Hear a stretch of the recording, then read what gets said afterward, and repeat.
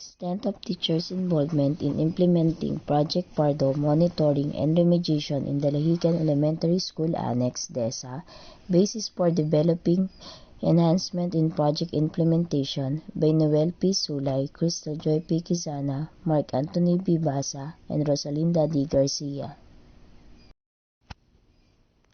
This study determined the extent of teachers' involvement in implementing Project PARDO monitoring and remediation. 1. Level of awareness of teachers in implementing Project PARDO monitoring and remediation. 2.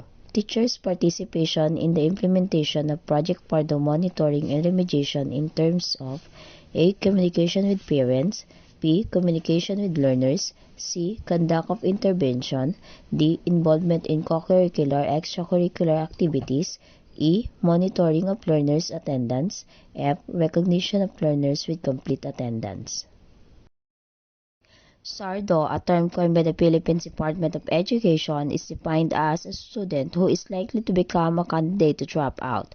Based on the data confirmed by the Philippines Statistics Authority, there is a total of 36,238 people ages from 6 to 24 who are out of school.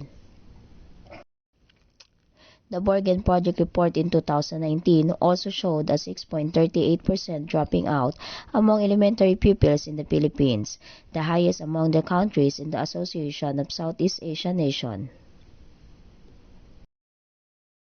Interventions. Firstly, communication with parents and learners is conducted through parent-teacher and learner-teacher conferences, home visitation, social media chats, keeping parents' directories, and constant communication with their relative or neighbor. Secondly, by conducting interventions to reduce the number of PARDOs through conducting weeding remediation, conducting numerous interventions or activities, and providing catch-up activities.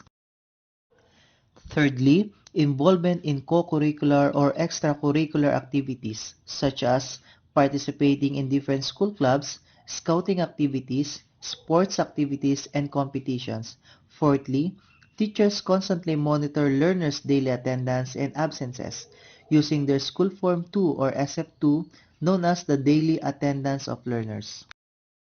And lastly, there is a recognition of learners with complete attendance. Teachers recognize their pupils who have perfect attendance by giving them a simple certificate of recognition, a ribbon, and posting their names inside the classroom.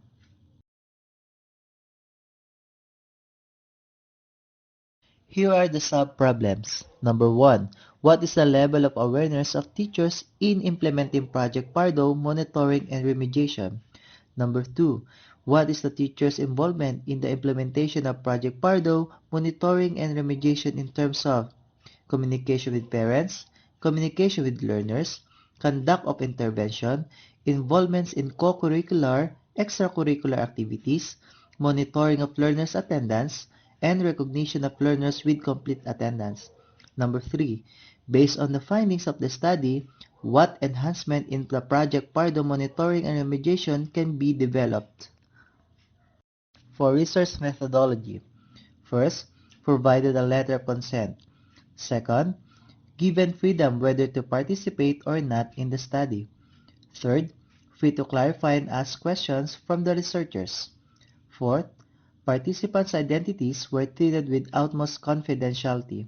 And lastly, ensured that the safety and health protocols were consistently observed during the study.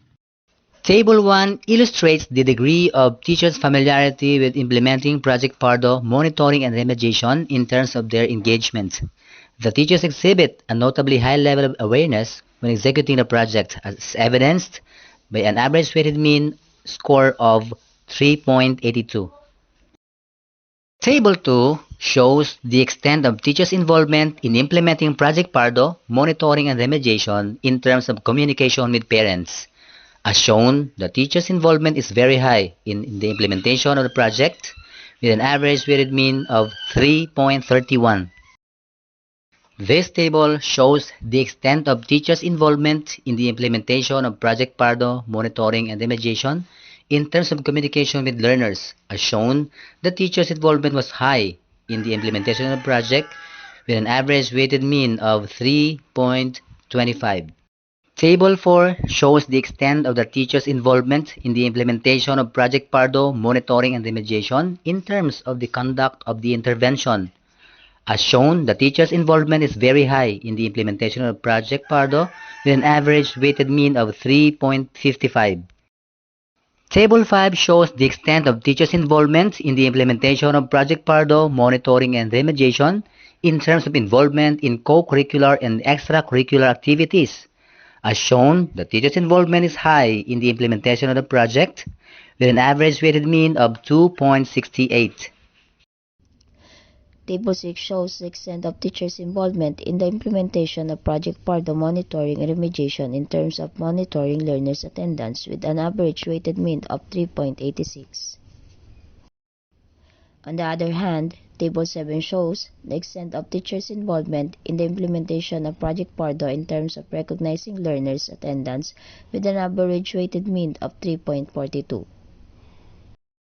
And these are the following recommendations. Number 1.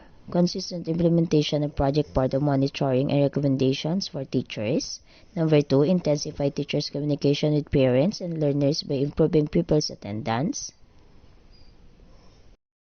3. Enhancement of implementation of Project PARDO monitoring and remediation by improving teachers' communication with learners by utilizing agreement form, building consistent communication among parents and learners, intensifying parents' orientation, encouraging pupils at risk of dropping out to join extracurricular and co-curricular activities, utilizing a monitoring card of attendance notebook, and conducting monthly award of complete attendance. Plan for resource utilization. The project has the following specific objectives as follows. Number 1.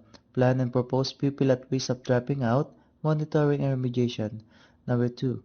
Conduct PARDO monitoring and remediation. Number 3. Recommend improvement on PARDO monitoring and remediation.